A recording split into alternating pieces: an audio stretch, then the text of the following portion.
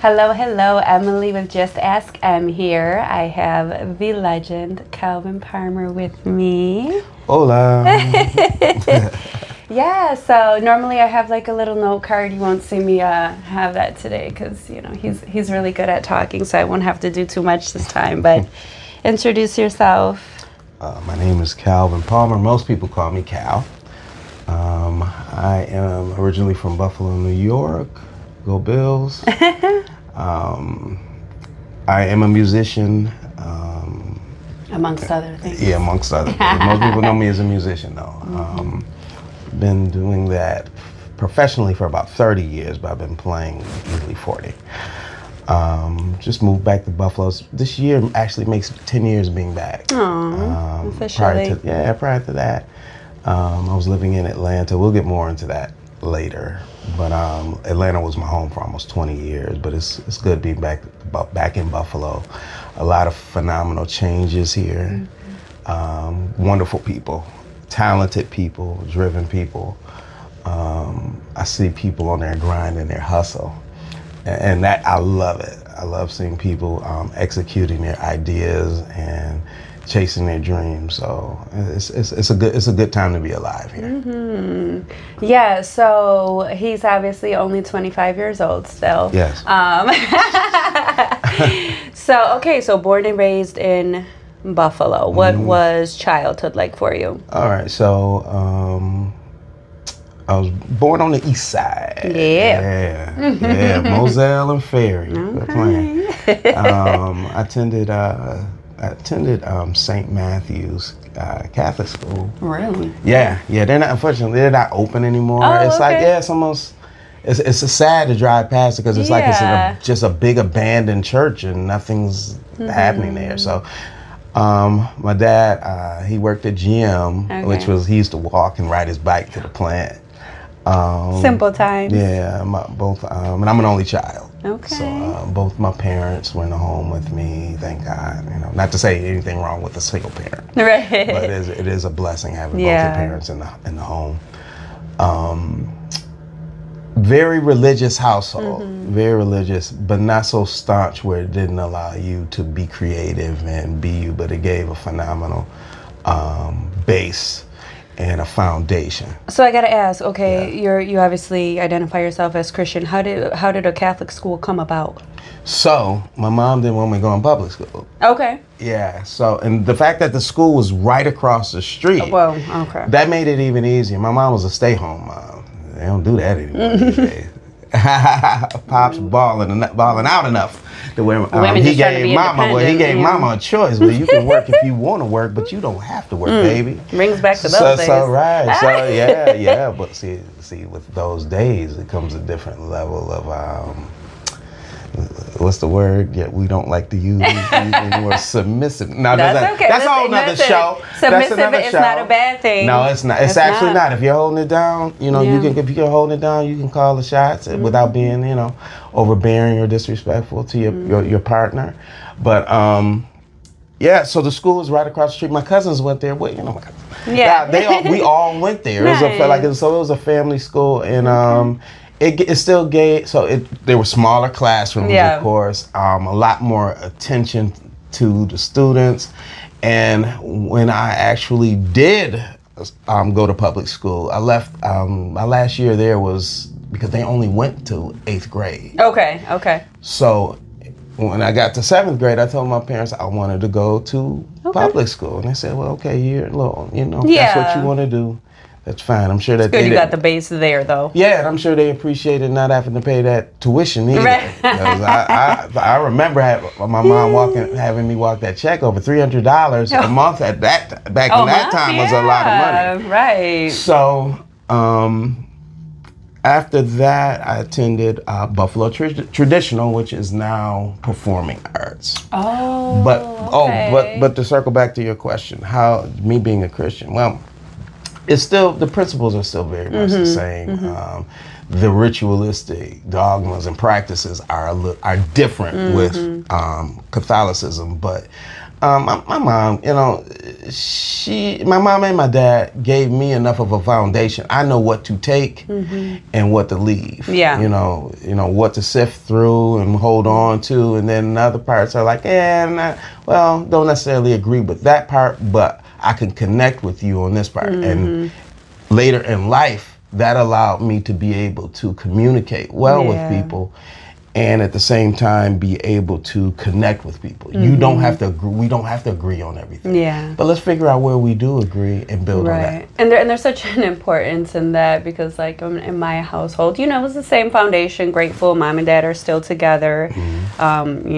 Christian. We followed in the Christian faith.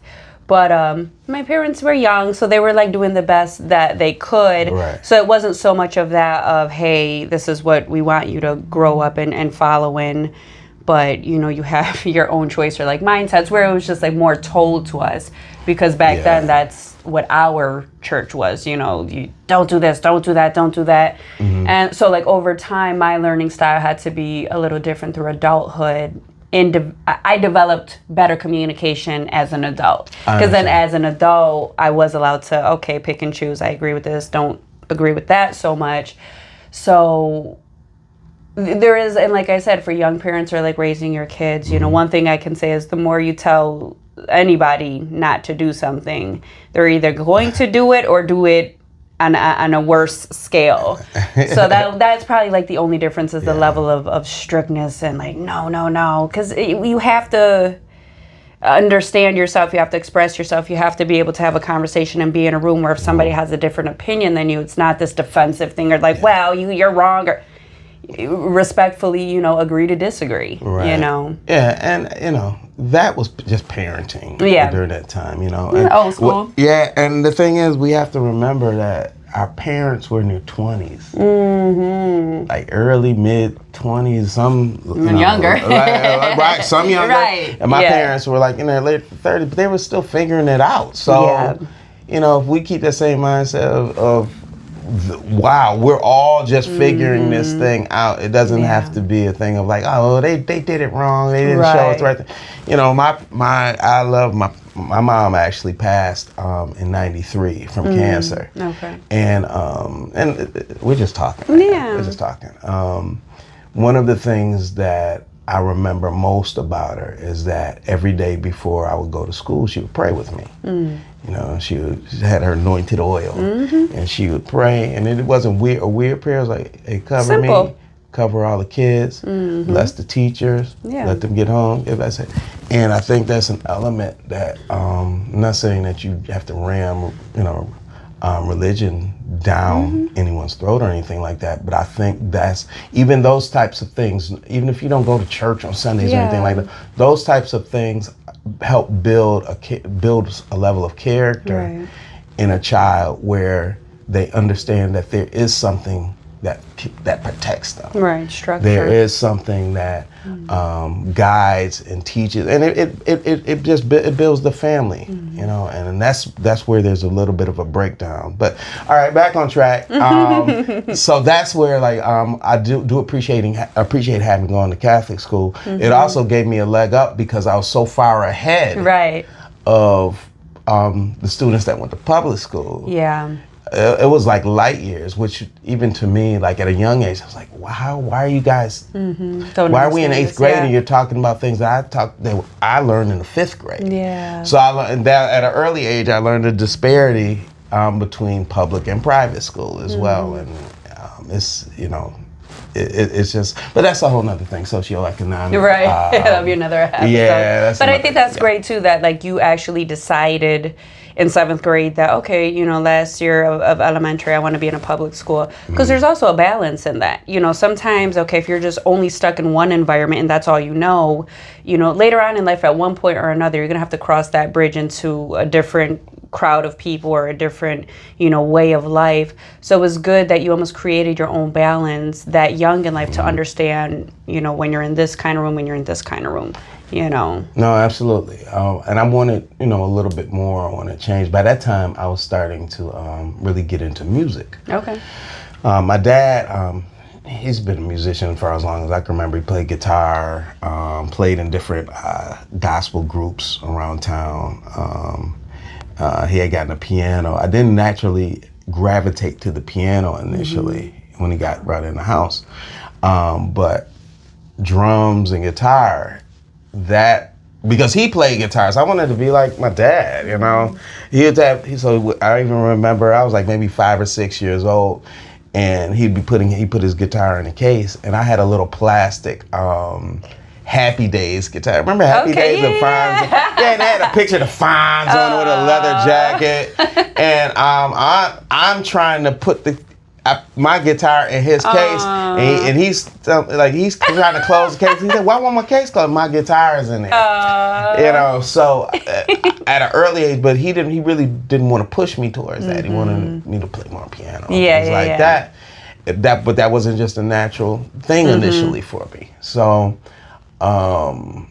I remember us getting drums at the church. We had a very small church. Yeah. So initially there was none of that stuff. Right, it was just him on guitar and somebody singing. So when they got drums, we needed a drummer. So he sent me for lessons. It used to be a little music store called Edwin's Music over on Broadway. Okay. Went there, started taking lessons, took lessons I told him, I'll take lessons if I can learn. I want to learn guitar. And he started off by saying, well, guitar is too hard, because it was hard for him. Because it took him, like, he was struggling with it. So that's naturally the thing with a parent is, well, it was like that for me, so it's going to be like that for you. So he said, learn bass guitar. It's easier, which really it's not easy. It's just different. So I said, okay, cool. And I would take both lessons at the same time, half hour on drums, half hour bass. So after a year, both teachers told me, you have to find him somewhere else because we can't. He soaked up everything we have. Yeah. So by that time, I was like full throttle. I knew what I wanted to do at 10, 11 years old. I knew that music was going to be a heavy part of my life, along with anything I put my hands to. I believe that I can accomplish it and do it, but I knew that was going to be a heavy aspect of my life that was going to end up opening a lot of doors later in life that other people may have a harder time getting in. So, yeah, that's just the basic. The basic. How, Okay, so that's good. So you kind of at that point in time, you knew music was going to be something that you were going to like lean on. And I think a lot of the time it's different for everybody, where people figure out, okay, I know I'm going to be good at this or do this, that you obviously learned at a pretty young age. So once you kind of knew that, and then going through life, how did that kind of feed through, obviously navigating all your other years, eventually high school, college, adulting? Like, how did you stay so faithful with it through all those things? Because when it's your passion, nothing else really matters. The rest is extra. Everything else kind of just becomes accessories, if that makes sense. Right. If that makes sense. So I give you an example. So one of the other motivations behind me saying I wanted to go to Buffalo Traditional was, and I also wanted to go to performing arts, but for some reason it ended up being traditional. Okay. They had no music departments or anything like that in any of the Catholic schools. Oh, they didn't have bands or anything like that, and I wanted to learn. I was started taking the private lessons, but I really wanted to learn and be in that type of culture. There used to be a show years ago called Fame, and it was based off of the New York School of Music, and so in the show, and it was a movie as well. Oh, remake, you're seeing this. You're seeing them like breaking out in dance and music and the lunchroom, and I Want to Live Forever and all that stuff. And I loved it. That's what I wanted. That's why I actually thought going to a school with the music would be like. It wasn't that, of course, but that was the heavy motivator. So even in looking at schools, this is me, now mind you, this is me at 11, 12 years old. Looking at schools, well, which one has a band? Which one has a marching band? Yeah. Which one has an orchestral band? Which one has a jazz band? I was, by that time, already so engrafted and invested in it. that it helped me guide my parents as to what direction I wanted to go. So got accepted to traditional. When I got there, I met two very influential men. Two. Mr. Moore ran the orchestral band. Now, when he first saw me, for some reason, he didn't even bother asking me what I played or anything. He's like, all right, I'm going to stick you on tuba. All right, man. Like, I don't know if it was just because there was just an open space for that or what. But I told him I play guitar and bass. He's like, well, we got a girl who does that already. I'm like, okay, cool. She ain't me. So she didn't really want to play, so he gave me a shot, and he's like, oh my God, to the point where she quit. No, it was cute that she said, oh, Cal, thank you, because I don't want to do this anymore. Oh, there you go. Yeah, so that started that. The other person, and this man really gave, he gave this gift and cultivated it to so many people in the city. His name's Alfred Jarrett. Okay. Now, Mr. Jarrett, I'll give you just a little bit of a background with him. He had just come over to traditional maybe a year before I got there, and they had like an orientation type thing where they had the chorus sing, and they sounded phenomenal. I mean, killing it. And I just wanted to be in his class. Now, the thing about him is that he also was part of the AME church. Okay, yeah. So when he was one of those type of teachers who can talk to you crazy, like a parent, and like quiet off and off the grid, gonna cuss you out if you don't have it together or your grades not together. I heard you didn't go to class. That type of thing. Right. And that's what he was for me. That's what he was for Karen Saxon. Okay. Yeah, everybody in the music community knows Karen. She's phenomenal. She's actually doing quite a few stage plays and productions now with Shays. Nice. Her husband is Daryl Saxon. He buries everyone in the city. Once they're already dead. Right, exactly. But we were all under his tutelage. And he was one of the first ones to take me to conferences and play. Oh. So I learned that culture of doing performances and even the business of it, of watching. He was one of the first ones to pay me. Okay. At 14, 15 years old. Is he still with us or no? No, he passed away about 10 years ago. Wow. But like his Which legacy, is kind of crazy because that's when you got back to Buffalo. Wow. Yeah. Did you get to see him when you got back or no? He passed literally 3-4 months before I got back. Yeah, but amazing man. Yeah. But that was another thing that fueled it for me. So I had a good support system. It wasn't just a thing of they were very heavy on study, on learning sheet music, learning theory, learning how to read, learning the culture of music, learning the history of music, various styles, the period, the Renaissance, Harlem Renaissance, the Baroque period, all of these different eras of music. Right. So you wouldn't just be, stagnant. Yeah. It wasn't just rap and R&B. Not saying anything's wrong with that. Let's put the disclaimer out there. But it's good to have a broad language in whatever field you go into because you don't know what rooms you're going to be in, and you need to be able to talk the talk. Yeah. So I had a great support system between my parents, those two men, and my church. So that really helped cultivate the foundation. And at the same time, they were very big on making sure your grades were great. It wasn't like you could just, do this. This is your passion. This is what you want to do.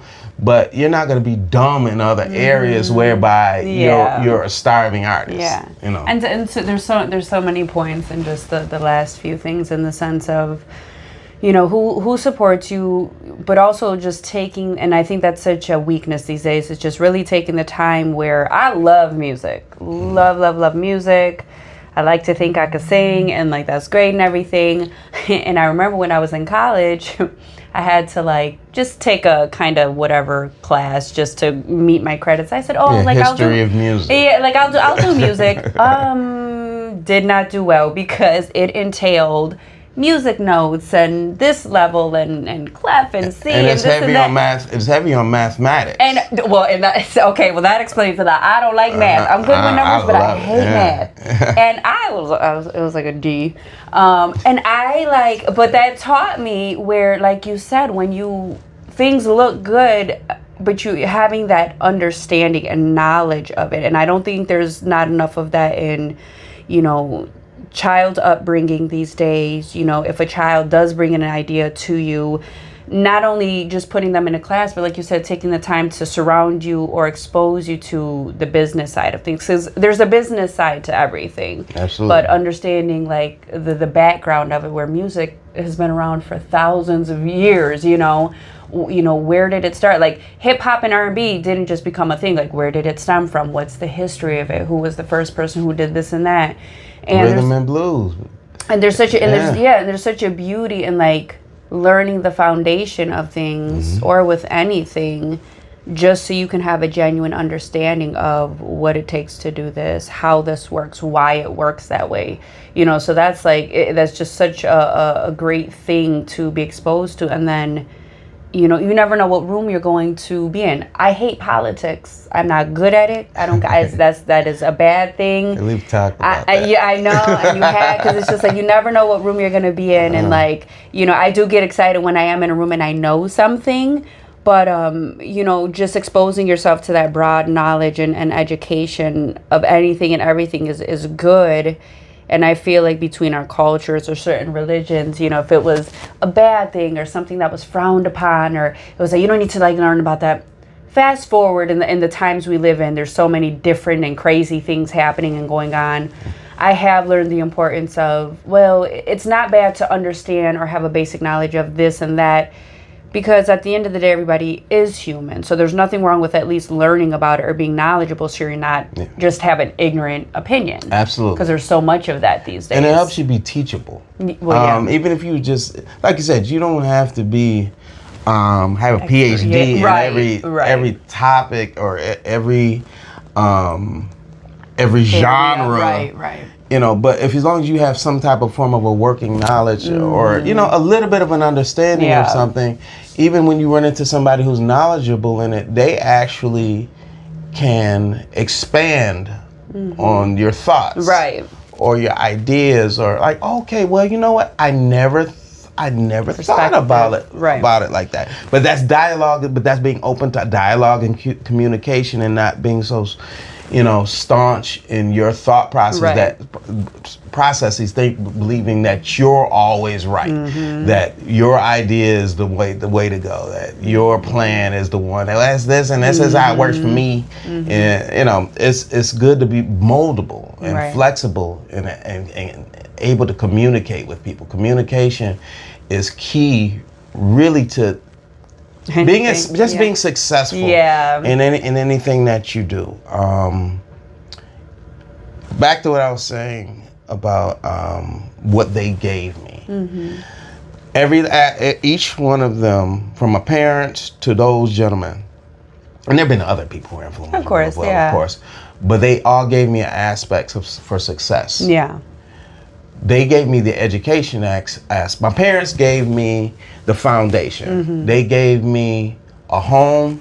They gave me family structure. They gave me love, of course. They even gave me they gave me a religious base where I'm not judgmental, but I know what to stand on as right. Right. What is right, wrong, what I believe in, and at the same time having grace and compassion for someone who may not believe the same thing. I got that from them. That helped me in being able to communicate with people and understanding people, and understand everyone's not me. Yeah. Everyone's not going to move the way I do. And learning to love and appreciate people where they are. The others, and my dad actually gave me business, because my dad, he he had a million properties on the east side. So I used to be with him during the summertime working on these properties, and when he has evict people and so just the business side. My dad is a genius, and he gave me understanding and appreciation and the power of money. Don't love it, but understand you control it, and it has value and its power, and it's hard for people to accept things from people that may, you don't even gotta let people know what you got or don't have, because it's not even always even in a sense of dollars or how much you have in your account. It's how much you carry yourself and you value yourself, which you do have. Yeah, exactly.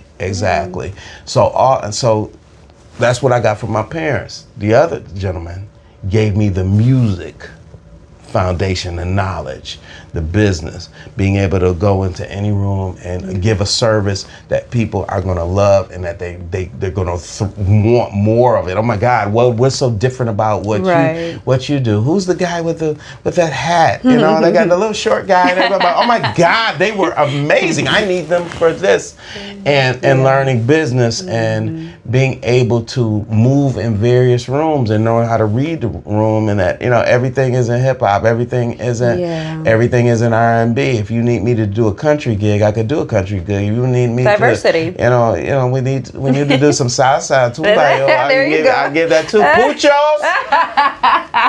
Puchos, you need to hire me. Right? Hire me, man. Don't play. I love connecting people. But and like I said, and that's huge too, in the sense of, and I've been seeing this a lot lately, where regardless of what you do, you don't, like you say, you don't have to necessarily be a master, but if you can walk into a room, read the room that you're in, and kind of figure out what the people want and deliver on that, you're golden, and that's why, like I said, I'll continue to say I love customize, because you can't force everybody into just this one box template, you know what I mean, where it's just like you said, this room might enjoy country, this room might enjoy salsa, so-and-so room might, enjoy some Jodeci, I don't know.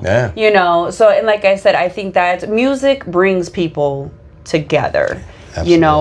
Unfortunately, the music these days is much different, where I think that's why the world has lost sight on the togetherness of how it was before, because music isn't necessarily made how it used to be, where, like you said in the beginning, the knowledge of what eras where music, of that type of music was occurring, how do you play this? What is this type of music for?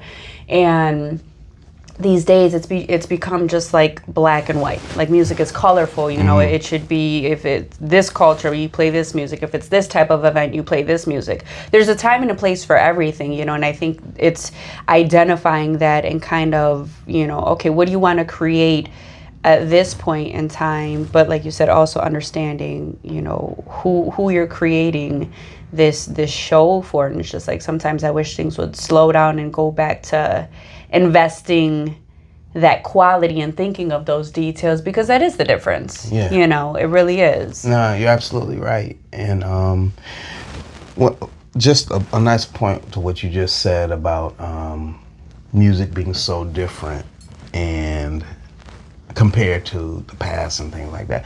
It's odd, because it is different, but it's not so much different. It's about just connecting the dots at this point. Like, for example, remember we were listening to that Mooney Long song. What's the name of that song? Superpowers? Yep. And I'm like, that's Brian McKnight. Yeah, so even a lot of the music that's out now, it's something before that. It's remakes. So how do we connect the dots? And that's how you connect generations. Yeah. This song, I'll never forget. This Earth, Wind and Fire song, for those who know Earth, Wind and Fire. Yeah. Called September. And that song came out in the 80s, early 80s. Okay. But the song got brand new life when Justin Timberlake performed it in Trolls. Oh, wow. So I remember my goddaughter, she loved it. Yeah. She's like, I like this song. I said, you want to hear the original? That's not the real one? No. I was like, let me hear. She's like, I like that one too. So it's just all about connecting the dots. And let's keep it real. Did you actually think that you would see so many black people wearing chaps and cowboy hats and boots and going to road. What looks like would be a rodeo, but it's actually a Beyonce concert. Okay, because it seems like she merged country and blah blah blah. We liked it. Well, you hated it in the '80s in early '90s when Darius Rucker did it. Mm-hmm.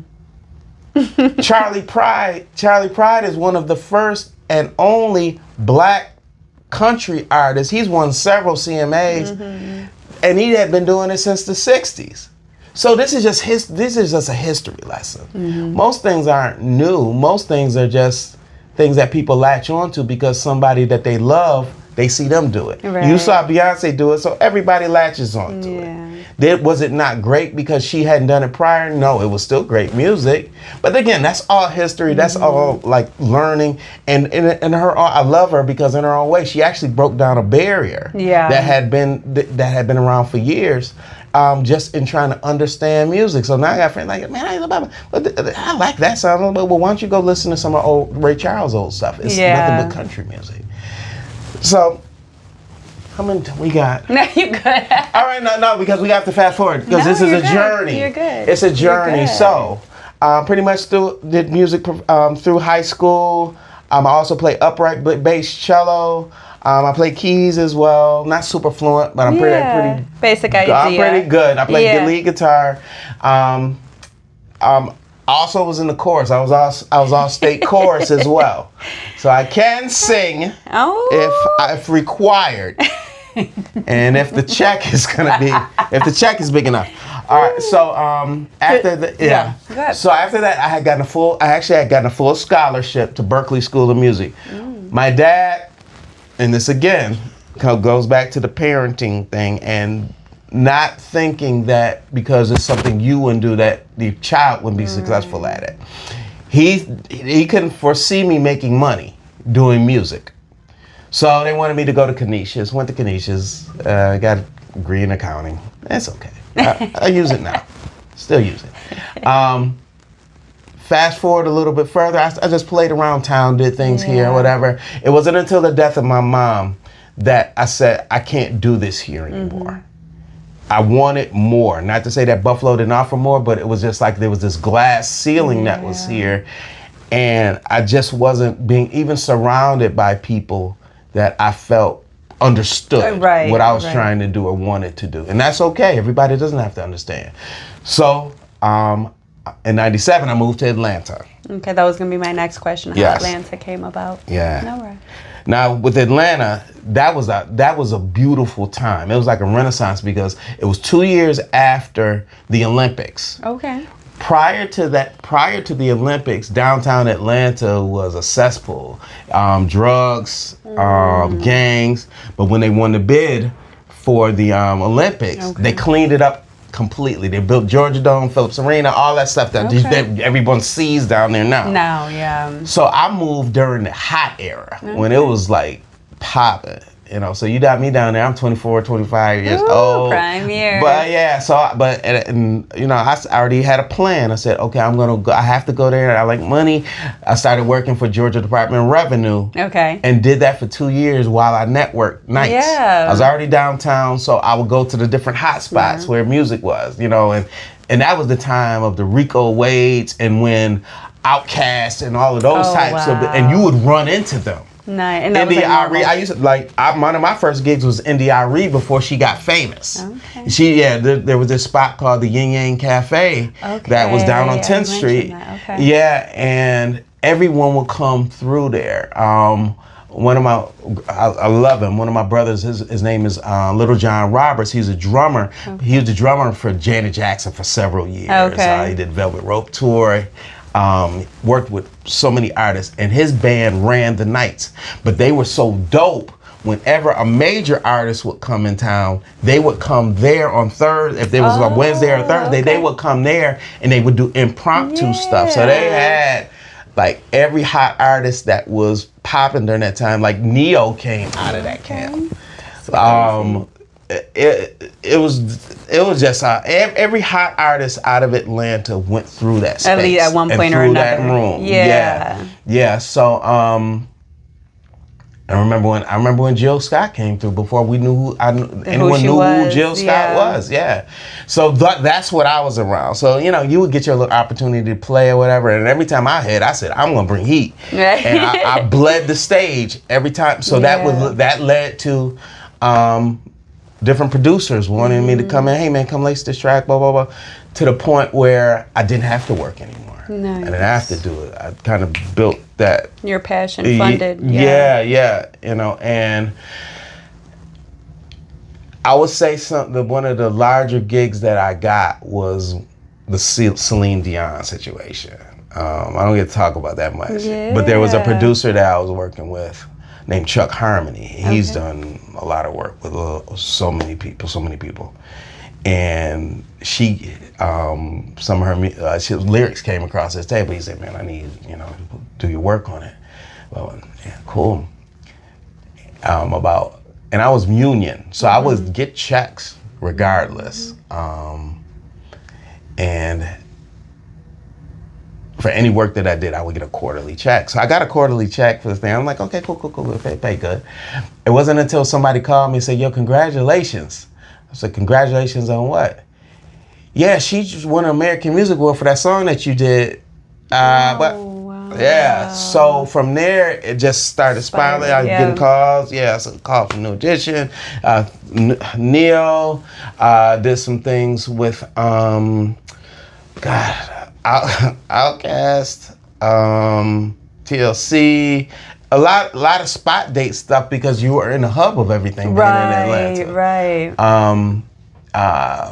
A lot of people remember me more so doing a lot of stuff with Janelle Monáe because he's on YouTube if you want to see that fabulous She's dancing. Amazing. Yeah. That was a fun gig because you had to do choreography and you had to dance and do all that stuff too. Okay. And I worked for several years with an artist named PJ Morton who's done a lot. Like he's killing right now. He's won several Grammys. It's actually funny. I know because I love Pandora because I know I like music, but Pandora thinks of the music for me because people are like, oh, like what's the song title or your favorite song? I just never know. I like to listen and then that's how I know if I like it. But it actually surprised me. Like I've asked a few people if they knew who PJ Morton was and they don't. And I actually knew about him before knowing you like through Pandora just because I like Marvin Sapp radio station and it kind of leads into those genres. So it's just like I think out of so many differences of generations, cultures, and like years, music is almost like one of the strongest things that keeps pouring into whatever way it goes. Absolutely. Through generations, years, eras, just so much. And it's like, I think that's why I just love music because one way or another, it's a connection from things you probably couldn't even imagine, Absolutely. I know we're running out of time. No, you're good. But keep the camera running. You can splice this however you want.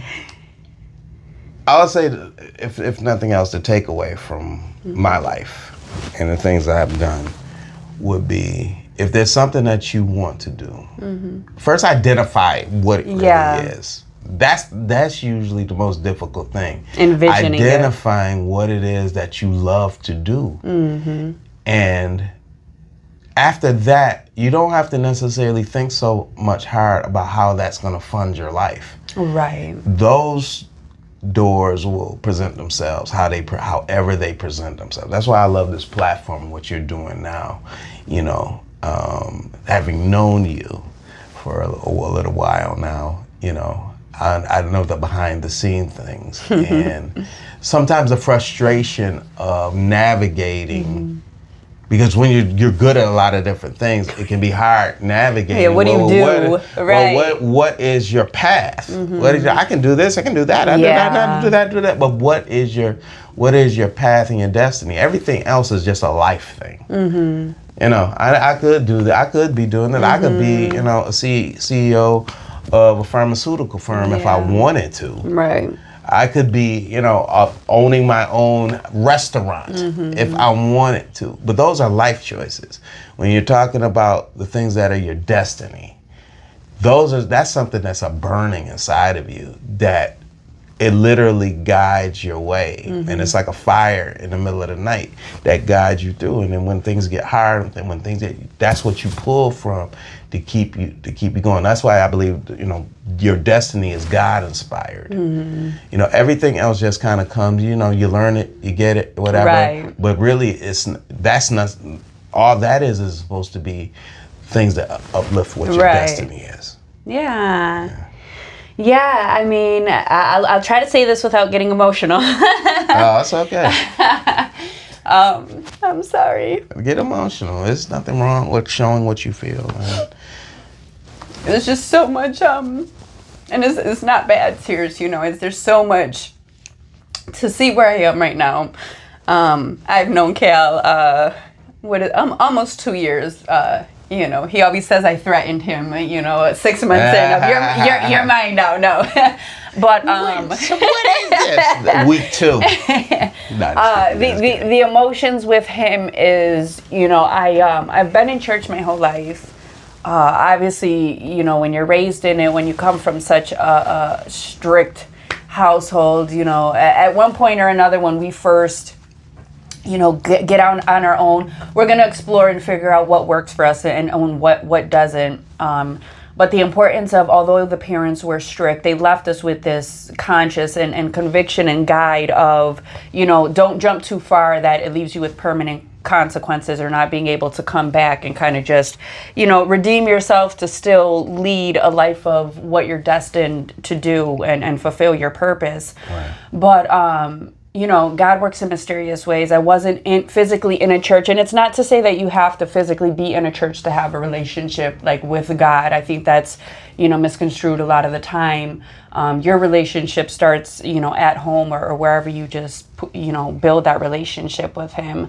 So about, year and a half ago, I met him, and then you were playing at a couple of churches, and I visited some of them, but Friendship, on Clinton Street, stood out to me the most. It was just that happy medium of the Honorable Pastor. Edward Reverend Jackson. Edward Jackson.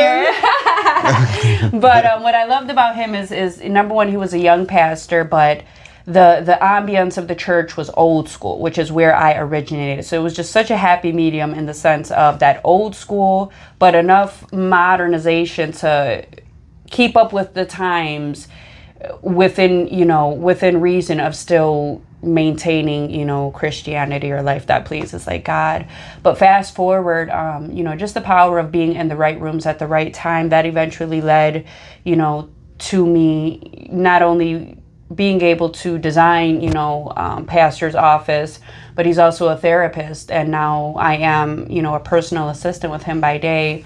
So just how that has evolved has just been incredible. And like the last 2 years, anybody who knows me personally or just has followed me on my journey, even for like the last year, I mean, you can see just how much it has, evolved into. And like I said, the importance of just identifying what you can do. I am genuinely a Jane of all trades, but you can't do it all. So where I am now, the emotions come from wow, all that, it wasn't a waste of time. It wasn't worth getting frustrating over, because at the end it still led to the purpose that it was meant to Absolutely. be. And I'm so close to my purpose than I've ever been now, and it's a fulfillment. It's like when the roller coaster, it's going up so slow, and those are the mile, the roadblocks, the doubt, the not having confidence that you can see this through or do it. And now I'm just at that peak of the roller coaster.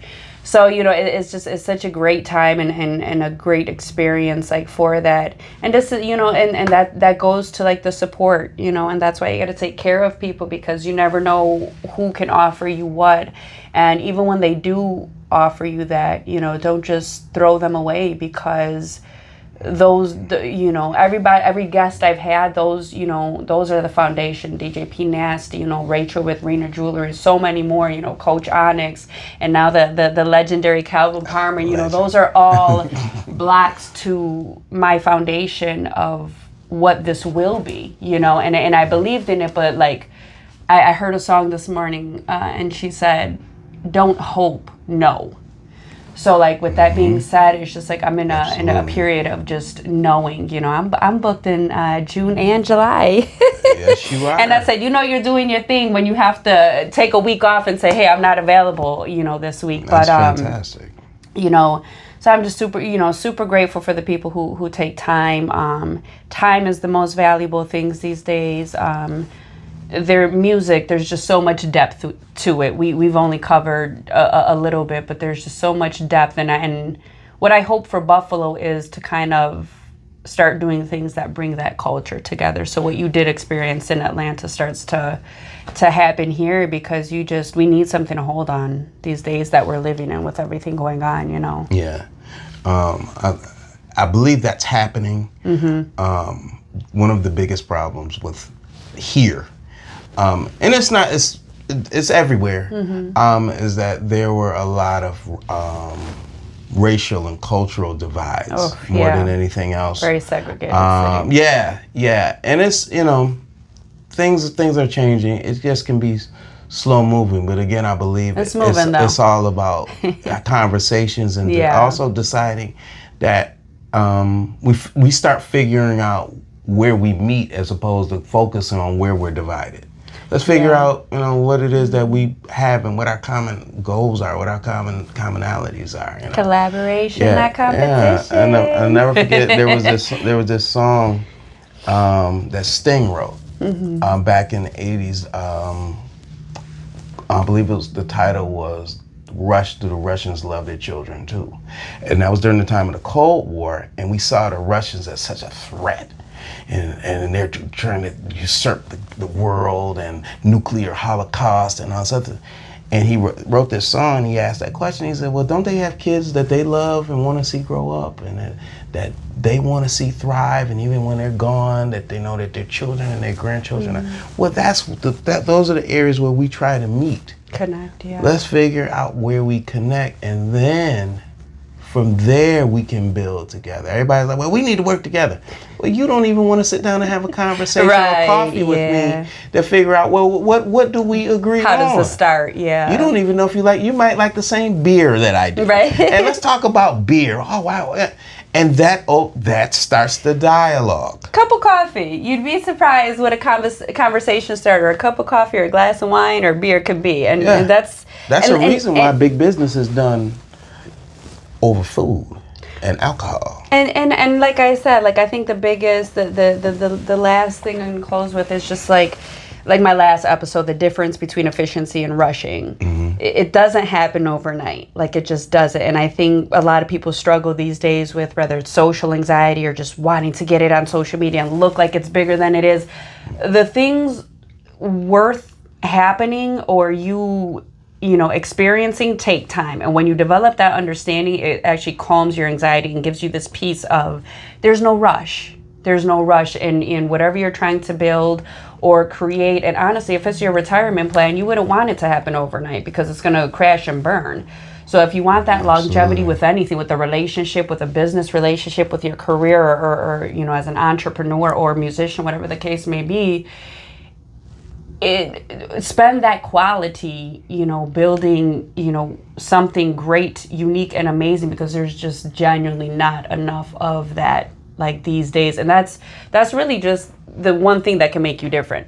It's just there's such a power in it. But so you heard it here, the Kelvin Parmer on Just Ask M, and I hope you continue to tune in and subscribe. Subscribe. Thank you for having me. Yes, you are welcome. All right, go turn that camera off. Now we can see you.